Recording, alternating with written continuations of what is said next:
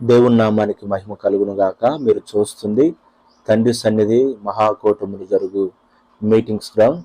చాలా చక్కగా దేవుని పనులు వరకు జరిగాయి.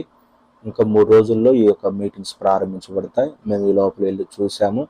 ఎంట్రన్స్ ఇది మీరు చూస్తుంది. ముందు లోపలికి రావడానికి ఎంట్రన్స్ చాలా చక్కగా వాక్యముల చేత ఎంట్రన్స్ ఉంది. అదేవిధంగా మీరు ఎదురుగా చూస్తే సియోను ప్రాంగణం ఒకటి పెట్టారు. ఎదురుగా అటు పక్కన హెబ్రోన్ ప్రాంగణం ఒకటి ఏర్పాటు చేశారు. మూడవదిగా బెత్లెహేం ప్రాంగణం కూడా ఒకటి ఏర్పాటు చేస్తున్నారు.